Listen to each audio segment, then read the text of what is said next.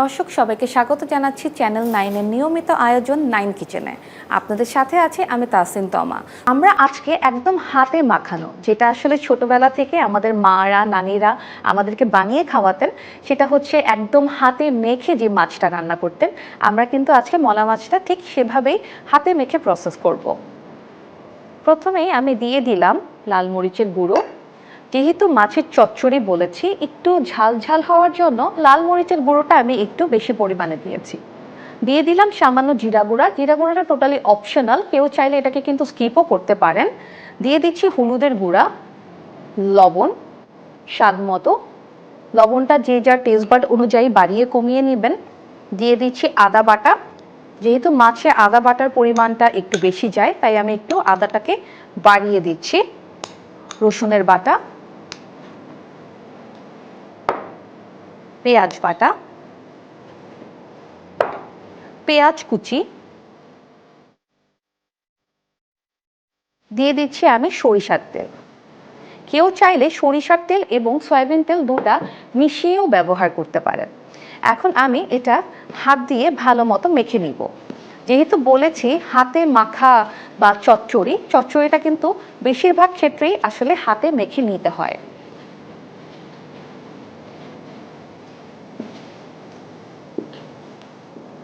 যেহেতু হাইজিন হচ্ছে গিয়ে আমাদের রেগুলার লাইফের একটা পার্ট, তো আমাদেরকে অবশ্যই এই জিনিসগুলো ফলো করতে হয় বা মেনটেন করতে হয়। এই পর্যায়ে আমি দিয়ে দিলাম ডাটাটা দিয়ে আমি ভালো মতো মেখে নিব।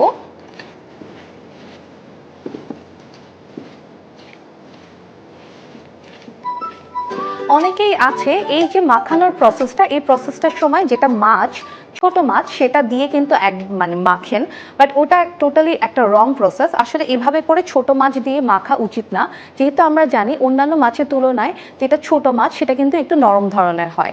যখন আপনি এটাকে ডাটা অথবা অন্য কোনো ভেজিটেবলের সাথে মিক্স করতে যাবেন বা মাখতে যাবেন, তখন কিন্তু ও নরম হয়ে যাওয়ার চান্সেস খুব বেশি থাকবে। আর আপনার কারিটা যখন রেডি হয়ে যাবে তখন কিন্তু মাছটা গলে যাবে। আমরা প্যানে ডাটাটাকে খুব সুন্দর মতো ছড়িয়ে দিচ্ছি আগে। এখন আমরা উপর থেকে এই মলা মাছগুলোকে বিছিয়ে দিব জাস্ট।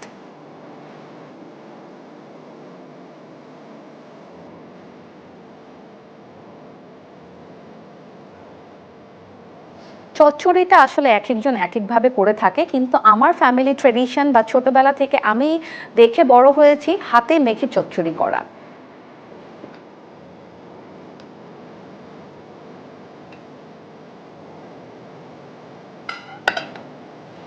এই পর্যায়ে আমি দিয়ে দিব সামান্য পরিমাণ পানি, আর সাথেই আমি আমার চুলাটাকে অন করে নিব। যেহেতু বলেছি চচ্চড়িতে কিন্তু খুব বেশি পরিমাণে পানি যাবে না, একদম অল্প পরিমাণে পানি যাবে। মাছের ভিজিবিলিটিটা থাকতে হবে চচ্চড়ির ক্ষেত্রে, একদম হাত মাখা পানি যেটাকে বলে। দর্শক, মাছটা আমরা ঢেকে দিলাম। এখন এটা পুরোপুরি রান্না হওয়া পর্যন্ত আমরা অপেক্ষা করব। আমাদের যেটা ডাটা আছে, ডাটাটা কিন্তু শরীরের জন্য খুবই ভালো। যদি আপনি রেগুলার আপনার খাদ্য তালিকায় ডাটাটা রাখেন, তাহলে কিন্তু আপনার কনস্টিপেশনের যে প্রবলেম আছে সেটা কিন্তু একদমই হবে না। কনস্টিপেশনের প্রবলেম দূর হয়ে যাবে। ডাটা কিন্তু উচ্চ রক্তচাপ নিয়ন্ত্রণে সহায়তা করে। আর মলা মাছের পুষ্টিগুণ নিয়ে নতুন করে কিছু বলার নেই। আমরা সবাই জানি চোখের জন্য কিন্তু মলা মাছ খুবই ভালো। চোখের স্বাস্থ্যের জন্য মলা মাছ রেগুলার আমাদের খাদ্য তালিকায় রাখা উচিত।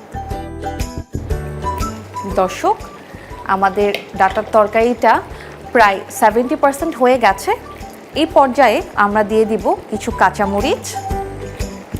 কাঁচামরিচটা কিন্তু আমি বরাবরের মতোই মাঝখান থেকে হালকা একটু চিড়ে নিয়েছি, এক্সট্রা একটা ঝাল আর এক্সট্রা একটা ফ্লেভারের জন্য। দিয়ে দিচ্ছি ধনিয়া পাতা কুচি।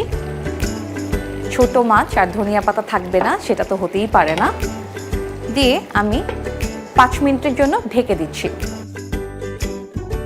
দর্শক, ধনিয়া পাতা আর কাঁচামরিচ অ্যাড করে খুব বেশি সময় কিন্তু ঢেকে রান্না করা যাবে না, কারণ এতে ধনিয়া পাতা আর কাঁচামরিচের যে কালারটা আছে সেটা কিন্তু নষ্ট হয়ে যাবে।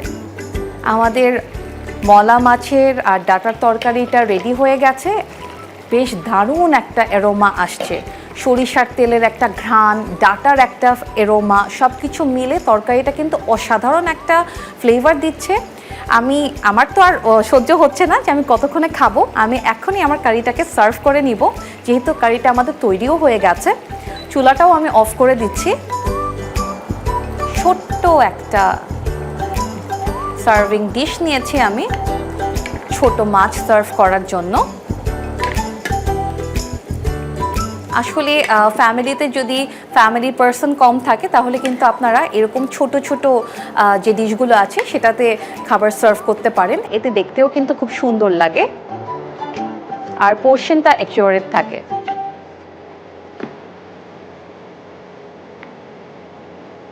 আর যেহেতু ছোট মাছ, তা আমি সবসময় প্রেফার করি ছোট মাছের জন্য কোয়ান্টিটি যতটুকুই হোক না কেন কোনো ছোট ডিশ সার্ভ করা।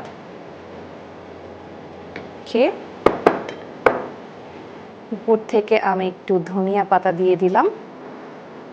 দেশি মাছ ধনিয়া পাতা ছাড়া আসলে কল্পনাও করা যায় না। দিয়ে দিচ্ছি ছোট একটা মরিচ।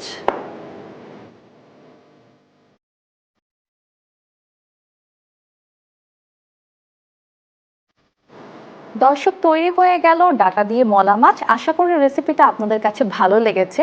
আর ভালো লাগলেই তো হবে না, অবশ্যই আপনারা এটাকে বাসায় ট্রাই করবেন আমি জানি।